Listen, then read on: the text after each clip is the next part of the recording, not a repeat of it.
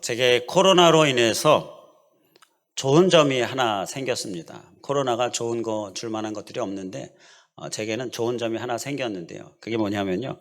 매주일 이렇게 말씀을 전하고 이제 촬영을 하잖아요. 그래서 그 설교 동영상을 만드는데 그거를 이제 유튜브 주소를 성도님들에게, 가능하신 분들에게 제가 다 이렇게 문자로 보내드리는 일이에요.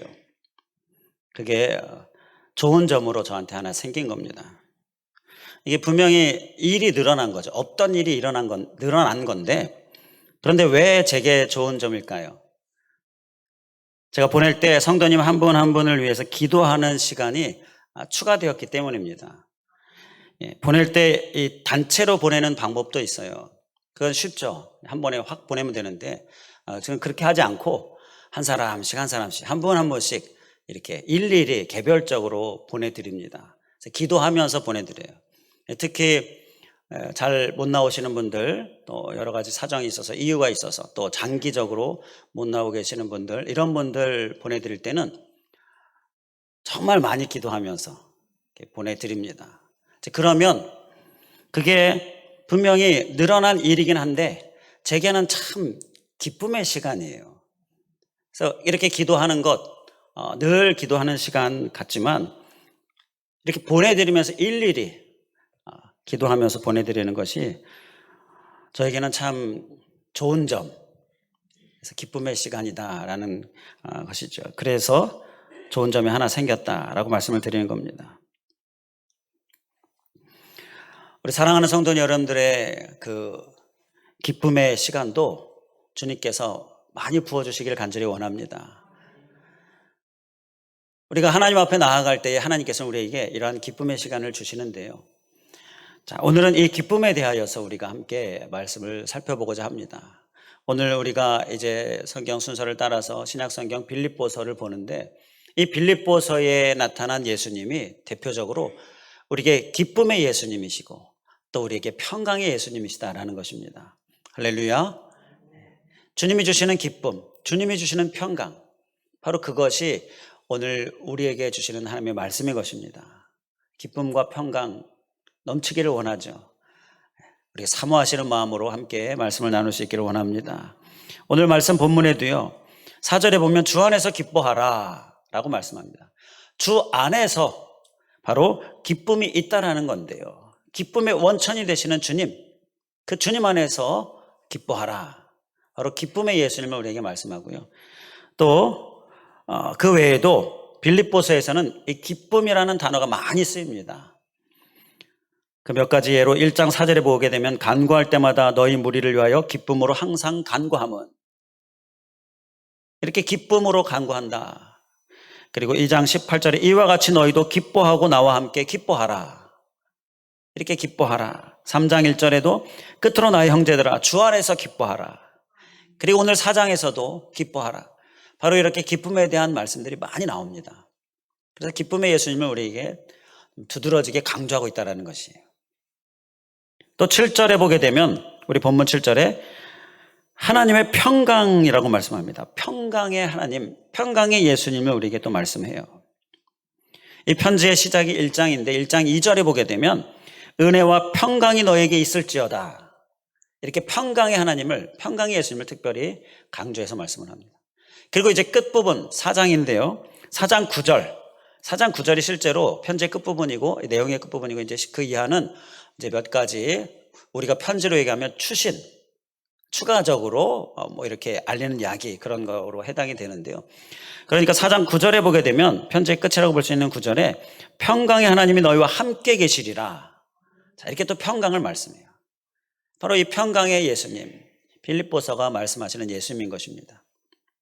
신앙생활을 하면요 주어지는 유익이 있는데요, 그게 바로 앞서 우리가 함께 나눴던 것처럼 기쁨입니다. 평강입니다. 이 기쁨과 평강, 이 유익이 우리에게 넘쳐야 정말 신앙생활에 그야말로 진국, 맛을 우리가 경험하게 되는 것입니다. 이렇게 우리의 신앙생활의 유익이 기쁨과 평강이다라고 하는 것은요, 예수님이 바로 그 기쁨과 평강의 출처가 되시기 때문인 것입니다. 예수님은요, 그 예수님을 믿는 순간, 그 예수님을 우리가 경험하는 순간 우리에게 바로 오는 것이 기쁨과 평안이에요. 이 출처가 바로 예수님이기 때문인 것입니다. 많이 누리실 수 있기를 다시 한번 주님의 이름으로 간절히 축원을 드립니다. 예수님은요, 우리에게 그래서 내가 있는데 왜 이렇게 슬퍼하느냐, 왜 이렇게 걱정 염려하느냐, 슬픔, 걱정, 염려, 이러한 것들을 좀 제발 좀 하지 말아라. 우리에게 이렇게 거듭거듭 말씀을 하시죠. 그 무거운 짐 다 내게 가지고 와라. 이렇게 우리에게 거듭거듭 말씀을 하십니다. 출처이신 예수님이 옆에 계신데 그 예수님을 사용하지 않고 있는 그러한 모습이기 때문인 것이죠. 정말 안타까운 모습이죠. 옆에 기쁨과 평강의 출처이신 예수님이 옆에 계셔요. 그런데 그 예수님이 정말 부어주시고 싶은데 그 예수님을 기억하지 못하고 또 사용하지 않고 이렇게 하고 있는 모습. 옆에 계신 예수님이 얼마나 안타깝게 생각하시겠느냐라는 건데, 이건 마치요, 물이 옆에 있습니다. 물이 옆에 있어요. 그런데 막 갈증이 나요. 물 마시고 싶어요. 그런데 물이 옆에 있는 걸 보면서 그 물을 마시지 않고 있는 거예요. 막 갈증 난다고 힘든다고 하면서 그 물을 마시지 않고 있는 모습과 같은 거예요. 얼마나 바보 같은 짓입니까? 물이 옆에 있는데, 마시면 되는데, 예수님이 기쁨의 출처이신 예수님이 옆에 계신데 그 예수님을 우리가 마시듯이 그 예수님을, 그 기쁨을 우리가 받아 누리면 되는데 그렇지 못한 모습들, 그렇게 연약한 모습들이 우리 안에 있죠. 우리는 오늘 이 기쁨, 평강, 그 예수님 꼭 충만히 소유하고, 그래서 그 기쁨과 평강이 넘쳐야 될 줄 믿습니다. 이 기쁨과 평강의 예수님을 충만히 우리가 누리기를 원하는데요, 그를 위해 주시는 말씀들이 있습니다. 오늘 본문 말씀에 보면 우리에게 주시는 말씀들이 있는데, 먼저 4절 말씀에서 기뻐하라 라고 말씀합니다. 주 안에서 항상 기뻐하라. 내가 다시 말하노니 기뻐하라. 우리 한번 따라해 주시면 감사하겠습니다. 기뻐하라. 기뻐하라 라고 명령하고 계시는데요, 이 기뻐하라라는 말씀을 그 헬라어 원어 시제를 보면 현재형이면서 명령형인데 또 한 가지 우리에게 중요한 의미가 있는데요, 바로 능동형이다라는, 능동형, 능동태. 능동태가 있고요, 수동태가 있는데요, 능동태는 내가 능동적으로 하는 거고요, 수동태는 억지로 하라고 하니까 억지로 하는 게 수동태입니다.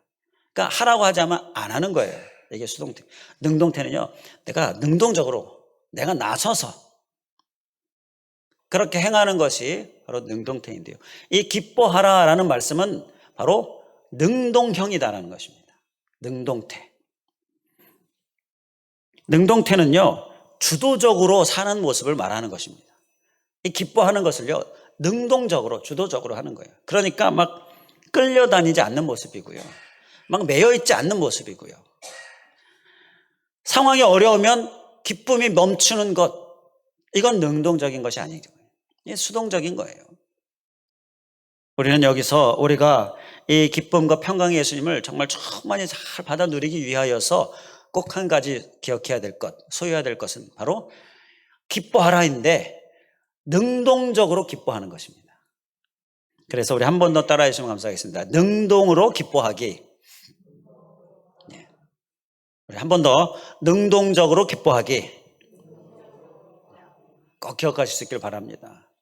기뻐하는 것은요, 상황과 무관하게 상황에 따라서 수동적으로, 이게 아니라 능동적으로 기뻐하는 것이 오늘 말씀에서 이 기쁨과 평강의 충만함을 위하여서 우리에게 필요한 말씀인 거예요.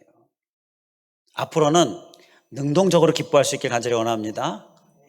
주변에서 어려운 일 생겨요, 힘든 일 생겨요. 그러면 기쁨도 싹 멈춥니까? 이건 능동적인 게 아니에요. 바울은요, 이 빌립보서를 지금 쓰고 있는 이 바울은요, 지금 기쁨을 말할 상황이 아닙니다. 그런데 기쁨을 유독 많이 말하고 있어요, 빌립보서에서. 지금 바울은요, 감옥에 갇혀 있는 상황입니다. 그래서 이 빌립보서를 에베소서, 빌립보서, 골로새서 뭐 이런 것들과 함께 옥중서신이다 이렇게 이야기하잖아요. 감옥에서 지금 갇혀 있는데 그때 글을 쓰고 있는 거예요, 편지를. 그러니 기쁨이 그에게 어울릴 수 있는 상황이 아닌 것이죠. 그런데 기쁨을 많이 이야기하고 있습니다. 이건 뭐예요? 상황은 그렇지 않지만 상황에 끌려다니지 않고 상황에 매이지 않고 기쁨을 능동적으로 하고 있는 거예요. 능동으로 기뻐하고 있는 것입니다. 그럴수록에 기쁨을 멈추지 않고자, 기쁨을 놓치지 않고자, 기쁨의 출처이신 예수님이 옆에 계신데 그 예수님을 계속 잘 사용하고 있는 것이죠. 바로 이것이 바울의 모습이에요. 옥중이라는 상황, 기쁨이 나오기 힘든 상황, 그러면 낙심하고 슬퍼하고 그리고 막 염려하고 그렇게 해야 하겠습니까? 출처이신 예수님이 옆에 계신데 그 예수님을 우리가 잘 사용해야지요. 바울은 그래서 능동적으로 기뻐하기를 선택하고 있는 것입니다. 끌려다니지 않고자, 매이지 않고자. 지금 몸은 매여 있죠. 그러나 마음은, 심령은 자유함으로, 기쁨으로 이렇게 출처이신 예수님 열심히 잘 사용하면서 능동으로 기뻐하고 있는 모습인 것입니다. 바로 우리의 모습이 이러한 모습이 되어야 한다라는 것입니다. 기쁨이 충만하기를 원할 때 우리는 상황과 무관하게 기뻐하는 이러한 능동적으로 기뻐하는 모습, 이 자세를 우리가 꼭 소유해야 될 줄 믿습니다. 요즘 이런저런 어려운 일들이 우리 안에 있죠. 어려운 일들이 닥치는 상황들 좀 보게 되는데요. 특히 코로나도 그 하나이고요. 그런데 이때 안타까운 것은 몇 분들은 기쁨이 멈추는 모습입니다. 그런데 또 감사한 것은 또 몇 분들은 능동적으로 기뻐하는 모습. 그러니까 매이지 않고 있는 모습도 보게 되고요. 우리는 기쁨의 출처이신 예수님 꼭 기억할 수 있길 간절히 원합니다. 그 예수님이 옆에 계셔요. 그 예수님은요, 우리에게 기쁨의 출처가 되십니다. 평강의 출처가 되십니다.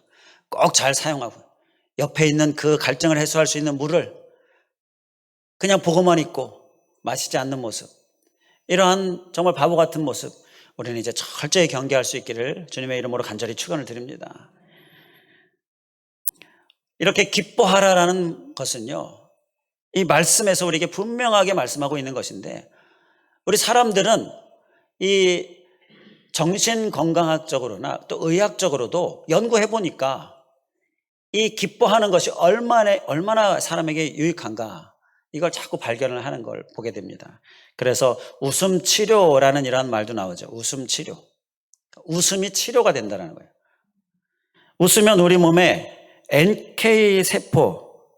NK세포가 뭐 어떤 세포냐면요, 우리 몸에 있는 바이러스에 감염된 세포나 약해진 세포, 또 암세포들을 막 공격하는 거예요.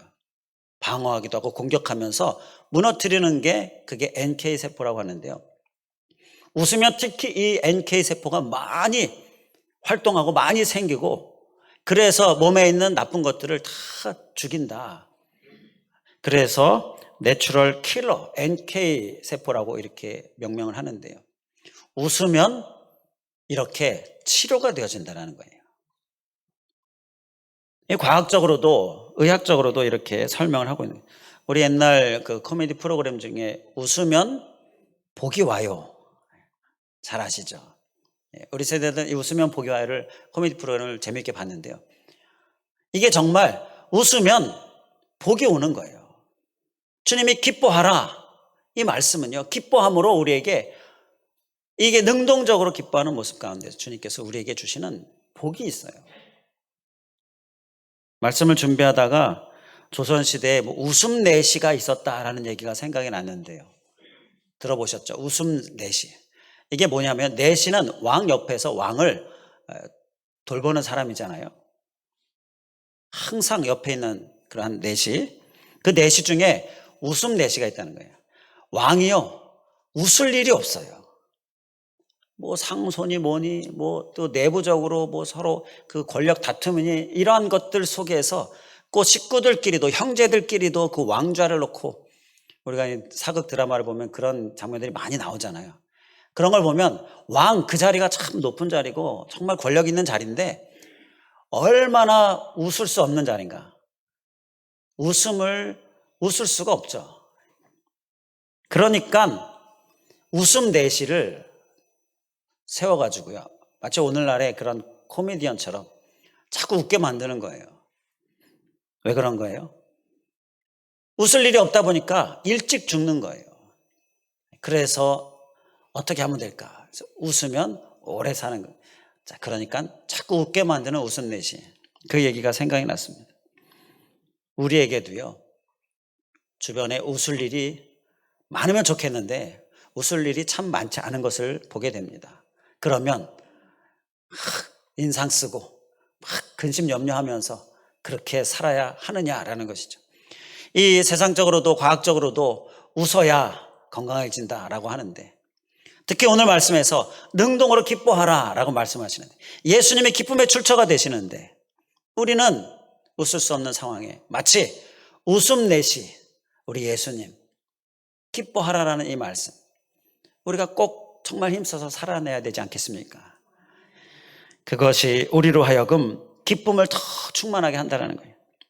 이 능동으로 기뻐하기를 위해서 주 안에서 기뻐하라라는 말씀, 바로 주 안에서가 우리에게 필요한 이유입니다. 주님이 출처가 되시기 때문에 우리가 주 안에 살아야 기쁨이 충만하게 된다는 것입니다.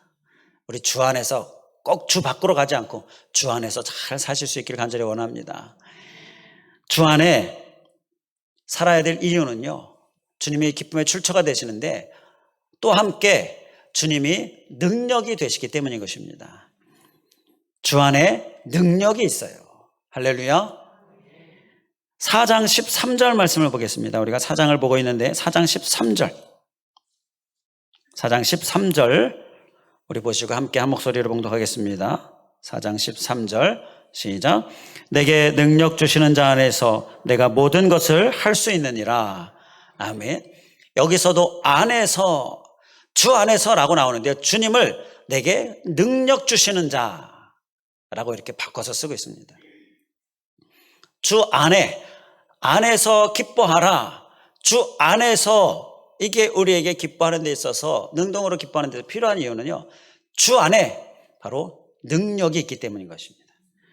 그러니까 주 안은 곧 능력 아니다라는 거예요. 하나님은 우리에게 능력을 주시는 분이십니다. 할렐루야. 그 능력을 우리가 받을 수 있으려면 주 안에 있어요. 주 밖에 있으면요, 주님의 그 큰 능력 우리가 받아 누릴 수가 없는 것이고, 주 밖은 곧 세상 안이 됩니다.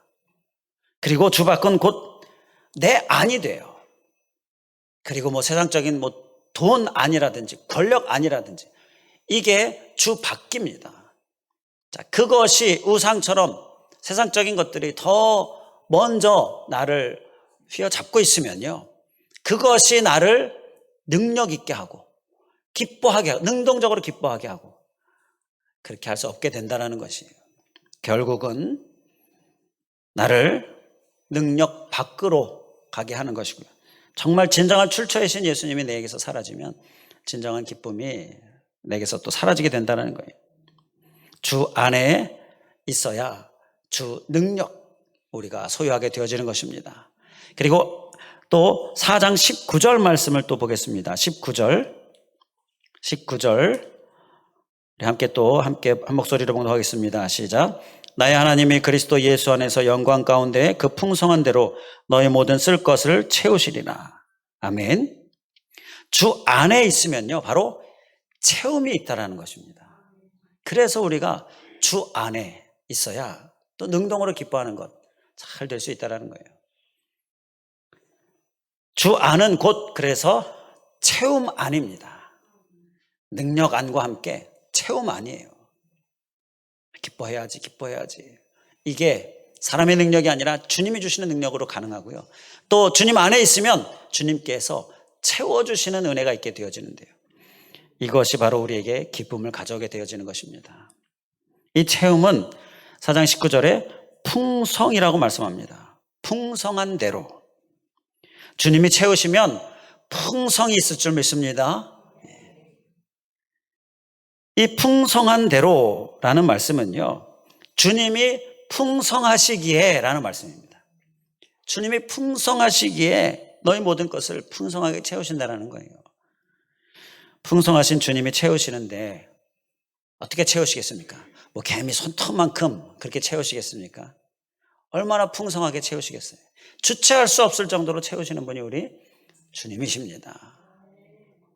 그래서 주 안에서 우리가 꼭 소유해야 될 모습인 거예요. 베드로가요, 예수님이 그물을 던지라고 했는데 결과 어떻게 됐습니까? 주체할 수 없이 많은 고기를 잡아 올렸습니다. 주체할 수 없이 풍성함이에요. 그리고 제자들이 오병이어의 기적을 통해서 보게 되면 예수님이 떡과 고기를, 물고기를 나눠주라고 하죠. 5,000명이 넘는 사람들을 나눠주는데 얼마나 많은 물고기와 떡이 주님께서 풍성하게 채우셨겠습니까? 주체할 수 없이 정말 많은 물고기를, 많은 떡을 나눠주었어요. 이렇게 주체할 수 없는 풍성함이 우리 주님께서 주시는 풍성함인 줄 믿습니다. 이 주인공 다 되실 수 있기를 다시 한번 주님의 이름으로 정말 간절히 축원을 드립니다. 바로 우리는 환경에 따라서가 아니라 환경과 상관없이 능동적으로 기뻐하기, 이것이 우리가 꼭 소유해야 될 모습인 것입니다. 그를 위해 주 안에서, 주님이 주시는 능력 안에서, 그리고 주님이 주시는 체험 안에서 이 삶을 우리가 잘 살아내기를 간절히 원합니다. 이제 또 이어지는 말씀을 보겠습니다. 5절 말씀에 보면 우리가 기쁨과 평강의 예수님을 충만히 누리기 위해서 주시는 말씀, 5절 말씀에 너희 관용을 모든 사람에게 알게 하라. 여기에서 우리가 깨달을 수가 있어요. 너희 관용을 모든 사람에게 알게 하라. 여기서 관용이라는 단어가 나옵니다.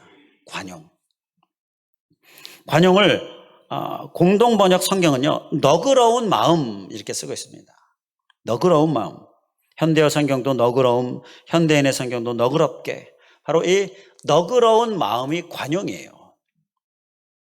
우리에게 너그러운 마음이 필요한 줄 믿습니다. 마음을 좀 너그럽게, 넓게, 그렇게 마음을 쓰는 게 기쁨과 평강을 위해 우리에게 필요하고 중요한 주님의 말씀인 것입니다. 관용이라는 말은 좀 잘 와닿지 않죠. 그러니까 너그럽게. 자, 그렇게 보면 좀 더 와닿습니다. 그런데요, 이 마음을 너그럽게 하면 정말 실제로 우리가 경험상에서 보게 되면 편해지는 걸 알 수가 있습니다. 마음을 막, 너그러움의 반대는 뭐예요? 막 째째하게, 편협하게, 인색하게 이렇게 마음을 쓰면요, 항상 내 안에 편안함이 사라져요. 운전을 하다 보면요, 이렇게 끼어드는 차들이 있잖아요. 끼어드는 차들을 보고 끼어들어라, 나는 그냥 천천히 가겠다, 이러면요 운전이 정말 편해요. 그런데 그거 끼어들지 못하게 하려고 감히 내 앞에 끼어들어 그러면서 막 밟으면요, 이 발이 얼마나 바쁜지 몰라요. 브레이크 밟았다 뛰었다, 밟았다 뛰었다. 편하게 운전이 못해요. 뭐 이러한 등등의 우리의 삶의 경험을 통해서 보게 되면 너그러움이요, 우리에게 편안함을 가져오는데요, 바로 기쁨과 평강을 위하여서 주님께서 너그러운 마음을 소유하라 라고 말씀하고 있는 것입니다. 우리에게 이 너그러운 마음, 주님께서 말씀하시는 마음입니다. 우리가 꼭 소유해서 기쁨과 평안을 충만히 누릴 수 있길 간절히 원합니다. 우리 교회 안에서도 서로 가운데서도요, 더 너그러워질 수 있기를 원합니다. 더 넓은 마음, 내가 더 넓은 마음, 내가 더 품는 마음, 이것이 우리에게 기쁨과 평강을 빼앗아가지 않는 것입니다. 너그러운 삶, 너그러운 마음에 대하여서 8절 말씀에 보게 되면 연관된 단어가 나오는데요, 우리 본문 8절 말씀, 본문 다음에 있는 8절 말씀에 보면 여러 가지 말씀들이 나오는데 우리 함께 같이 읽겠습니다. 8절 함께 읽겠습니다. 시작. 끝으로 형제들아, 무엇에든지 참되며 무엇에든지 경건하며 무엇에든지 옳으며 무엇에든지 정결하며 무엇에든지 사랑받을 만하며 무엇에든지 칭찬받을 만하며 무슨 덕이 있든지 무슨 기름이 있든지 이것들을 생각하라. 이 말씀에서 보게 되면 너그러운 마음과 관용과 비슷한 말이 있습니다. 그게 뭐냐면요, 덕이라는 단어입니다. 덕. 바로 이 너그러운 마음, 너그러운 삶, 이것을 우리가 구체적으로 알기 위하여서 성경에 쓰고 있는 단어가 덕이라는 단어인데요. 덕스러운 삶이 바로 너그러운 삶의 모습인 것입니다. 이 너그러운 사람은, 마음이 너그러우면요, 덕스러운 삶을 살 수 있게 됩니다. 성경에 덕을 많이 말씀하고 있는데요, 이 덕을 우리가 살아내려면 너그러운 마음, 관용, 이것들이 우리에게 필요하다는 거예요. 다 연결이 되어 있는데요. 그래서 이 덕이라는 단어를 가지고 있는 성경의 말씀들을 보니까 베드로후서 1장 5절 말씀에 너희가 더욱 힘써 너희 믿음의 덕을, 덕의 지식을 이렇게 말씀하고, 자, 이 말씀을 현대어 성경으로 보게 되면 믿음만으로는 부족합니다. 여러분은 하나님께서 기뻐하실 수 있도록 덕을 쌓아야 합니다. 이렇게 말씀하고 있는 거예요. 믿음만으로는 부족하다. 우리는 믿음이 최고. 이렇게 그냥 그 믿음 때문에 간절히 주님 앞에 기도하고 있는데요. 기도하지 말라는 얘기 아니고요. 믿음이 중요한데, 믿음이 꼭 필요한데, 그런데 믿음만으로는 부족하다고 하고 덕을 쌓으라고 말씀을 하는 거예요. 이게 무슨 말씀일까요? 믿음도 정말 중요하고요. 우리 신앙에서 꼭 필요한 건데, 그 믿음에 덕을 쌓기까지 우리가 그렇게 살아야 한다는 거예요. 그래야 기쁨과 평강이 빼앗기지 않게 된다는 거예요. 사라지지 않게 된다는 것입니다. 자, 이건 우리가 잘 생각해 보면 알 수가 있어요. 덕이 없으면요, 그러니까 너그러움이 없으면요, 서로 상처 주게 됩니다. 앞서도 이 감히 내 앞에 끼어들려고 해? 그러면서 막 끼어들지 못하게 하고, 이러다 보면 가끔가다 종종 뉴스에서 나오는 얘기가 보복운전, 막 차 세워놓고 서로 막 싸웁니다. 이런 싸움들, 상처와 분열, 이게 어디에서 나오느냐? 조금만 더 너그러우면 되는데, 그러니까 덕을 쌓으면 되는데 덕이 없으니까 이러한 싸움이 일어나고 상처가 일어나고 분열이 일어나고, 바로 우리의 삶의 현장에서도 알 수 있고요, 또 성경에서 말씀하고 있는 부분인데요. 그래서 바로 우리에게 믿음 꼭 있어야 하는데, 그런데 믿음으로는 좀 부족하고, 어디에 부족하느냐? 기쁨과 평강의 삶을 살기 위하여서, 그 기쁨과 평강이 출처이신 예수님을 우리가 사용하면서 충만하길 위하여서 덕이 필요하다는 것입니다. 그러니까 너그러움이 서로 안에 필요하다는 거예요. 그래야 기쁨과 평강이 빼앗김을 당하지 않는다는 거예요. 이 기쁨과 평강은요, 그래서 그를 위하여 덕이 필요하다라는 이 말씀은요, 환경의 제약과는 또 다른 문제입니다. 앞서 첫 번째, 능동으로 기뻐하는 것, 이건 환경의 제약에 내가 눌리거나 매이지 말고 그 안에서 능동으로 기뻐하는 것, 출처이신 예수님 생각하면서, 이게 첫 번째인데요. 두 번째, 너그러운 마음은요, 환경과는 좀 관계가 없습니다. 이건 서로와의 관계에서 우리가 적용해야 될 말씀인 거예요. 환경이 아무리 문제가 없어요, 그래도요, 서로 간의 관계가 문제가 생기면 기쁨과 평강이 사라지게 됩니다. 그래서 또 한 가지 중요한 것이 서로 간의 관계에 관한 부분이에요. 그 관계에서 주님은 주님의 사랑으로, 너그러움으로, 덕스러움으로 우리가 살 것을 말씀하고 있는 것입니다. 덕에 대한 말씀을 보면요, 또 베드로전서 2장 9절에 보면 나오는데요, 우리가 잘 아는 유명한 말씀입니다. 그러나 너희는 택하신 족속의 왕같은 제사장들이요 거룩한 나라요 그의 소유가 된 백성이니 이는 너희를 어두운 데서 불러내어 그의 기이한 빛에 들어가게 하신 이의 아름다운 덕을 선포하게 하려 하심이라. 여기서 아름다운 덕을 선포하게 하려 하심이라. 이 아름다운 덕이 뭡니까? 바로 예수 그리스도의 복음이지요. 우리가 택한 족속 되고 왕같은 제사장 되고 거룩한 나라 되고 소유되어진 것은 바로 주님의 복음을 선포하게 하기 위함인데, 그 복음을 베드로전서 2장 9절은 아름다운 덕이다라고 쓰고 있어요. 우리가 이 덕이라는 단어 자체를 보면 진정한 복음, 그 복음은 덕이 함께 가야 한다라는 것, 덕스러움이 있어야 한다라는 것, 이게 우리에게 깨달아지는 부분이죠. 우리가 열심히 복음을 전해요. 그런데 그 사람이 덕스럽지 못해요. 너그럽지 못해요. 그러면요, 그 복음은 온전히 정말 그 심령 깊이 있게 전해질 수 없다라는 것이죠. 그래서 이 덕이, 너그러움이 기쁨과 평강의 충만함을 위하여서 우리가 꼭 소유해야 될 모습이다라는 것입니다. 자, 이 덕스름에 관하여서 또 성경에 보면 에베소서 4장, 고린도전서 10장 23절에 모든 것이 가하나 모든 것이 유익한 것이 아니요 모든 것이 가하나 모든 것이 덕을 세우는 것이 아니다 라고 말씀하는데요. 모든 것이 가하지만 모든 것이 다 덕을 세우는 것이 아니다 라고 말씀을 합니다. 우리가 다 할 수 있어요. 다 가합니다. 그러나 다 하지 말아야 될 이유가 덕이 되지 않으면 하지 않아야 한다는 거예요. 모든 것이 가하지만 모든 것이 다 덕이 되는 것이 아니다. 그러니까 우리는 내가 막 내 마음대로 하고 싶어요. 그런데 그 안에 덕이 되지 못하는 것, 덕스러운 삶, 너그러운 삶이 아닌 것은 우리가 절제하는 모습이 필요하다는 거예요. 그래야 기쁨과 평강을 우리가 충만히 받아 누릴 수 있게 되는 것입니다. 잘 절제하는 모습, 그것은 곧 나에게 기쁨과 평강을 가져오게 되는 거예요. 그리고 또 에베소서 4장 29절에 보게 되면 무릇 더러운 말은 너희 입 밖에도 내지 말고 오직 덕을 세우는 데 소용되는 대로 선한 말을 하여. 덕을 세우는 말을 하라라고 말씀합니다.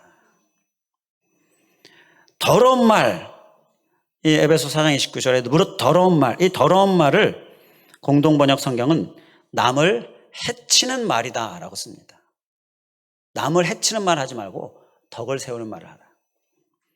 그리고 현대어 성경은 악담하지 말고 악담이라고 씁니다. 우리 입의 말에 덕스러움이 우리에게 필요하다는 거예요. 악담하고 해치는 말하고 이러면요, 기쁨과 평강 다 빼앗깁니다. 나의 기쁨과 평강 빼앗기는 거예요.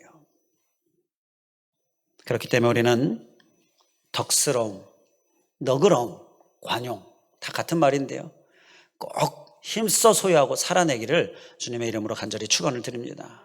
이제 끝으로 6절 말씀을 보면요, 우리가 기쁨과 평강의 예수님 충만히 누리게 하여서 아무것도 염려하지 말고 라고 말씀하고 있습니다. 아무것도 염려하지 말고.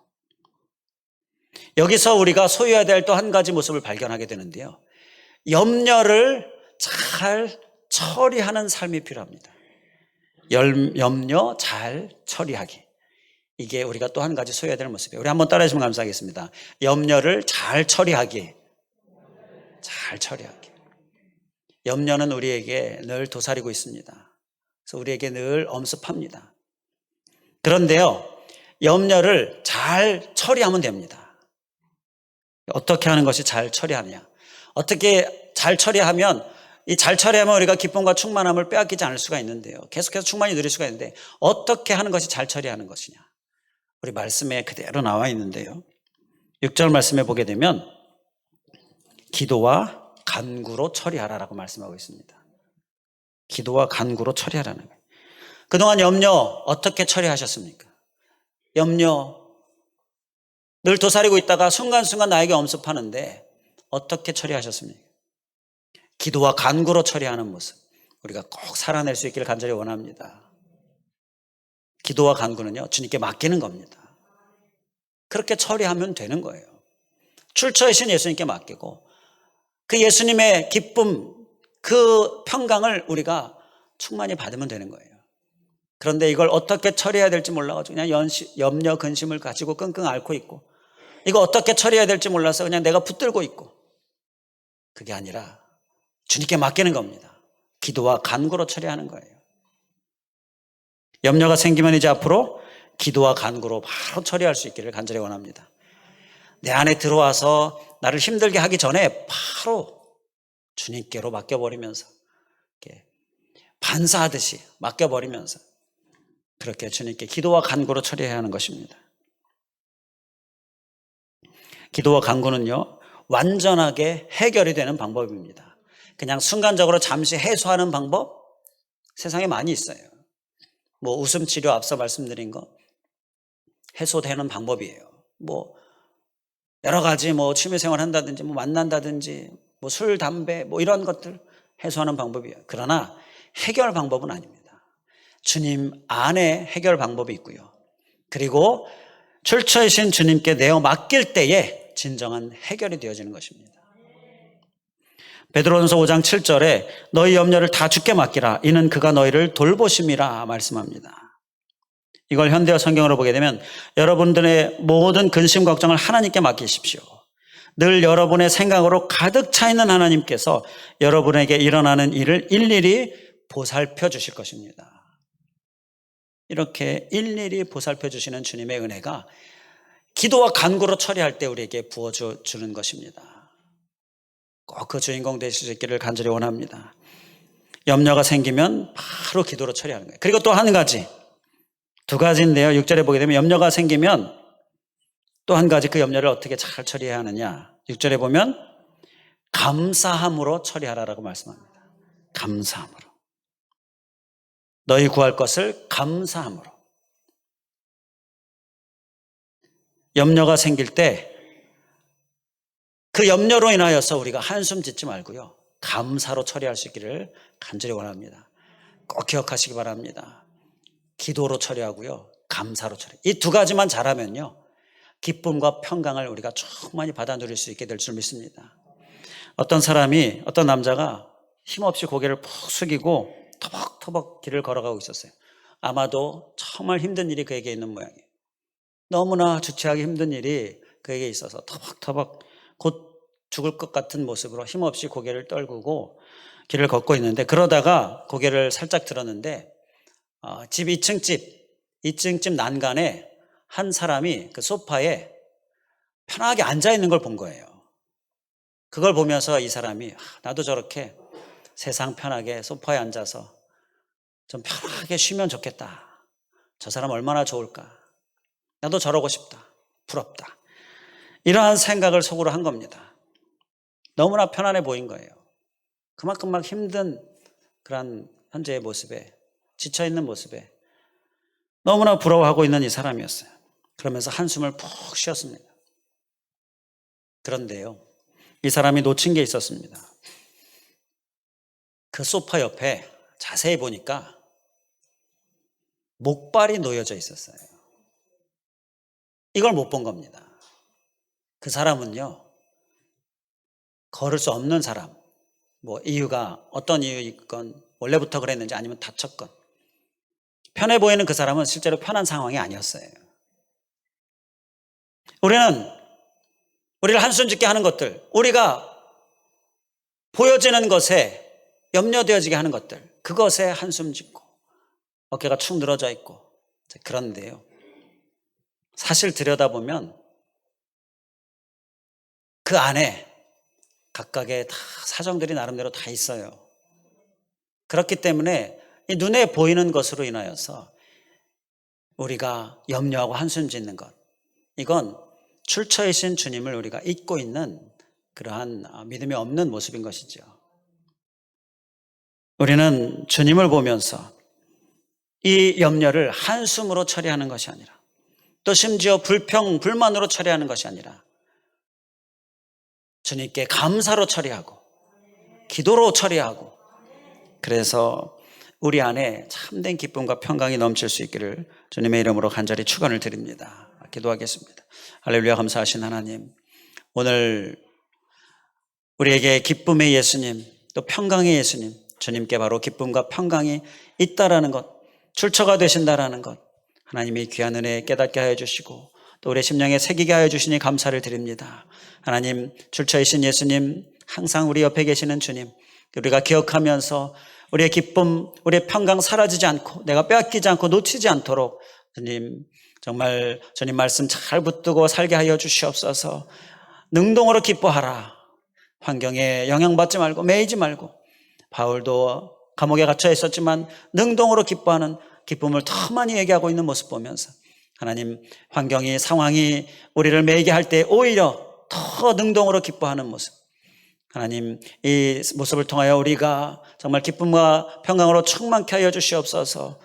또한 관용, 너그러움, 또 덕스러운 모습이 우리 안에 있게 하여 주셔서 우리가 관계 가운데에서 서로 해하고 서로 악담하고 이러한 모습으로 우리의 기쁨과 평강 빼앗기지 않게 하여 주시고 더 너그러운 모습, 더 넓은 마음, 더 덕스러운 삶으로 우리에게 주시는 기쁨과 평강, 나만 누릴 뿐만 아니라 서로 누리고 또 서로 누림이 곧 나의 누림이 되어지는 이러한 충만한 삶 우리에게 있게 하여 주시옵소서. 또한 아버지 하나님, 염려를 잘 처리해야 한다 말씀하시는데 염려를 잘 처리하는 것은 기도로 처리하는 것이고 감사로 처리하는 것임을 또한 기억하면서 이것 분명히 기억하고 틀림없이 잘 살아내서 우리 안에 기쁨과 평강 늘 넘치고 빼앗기지 않을 수 있도록 인도하여 주시옵소서.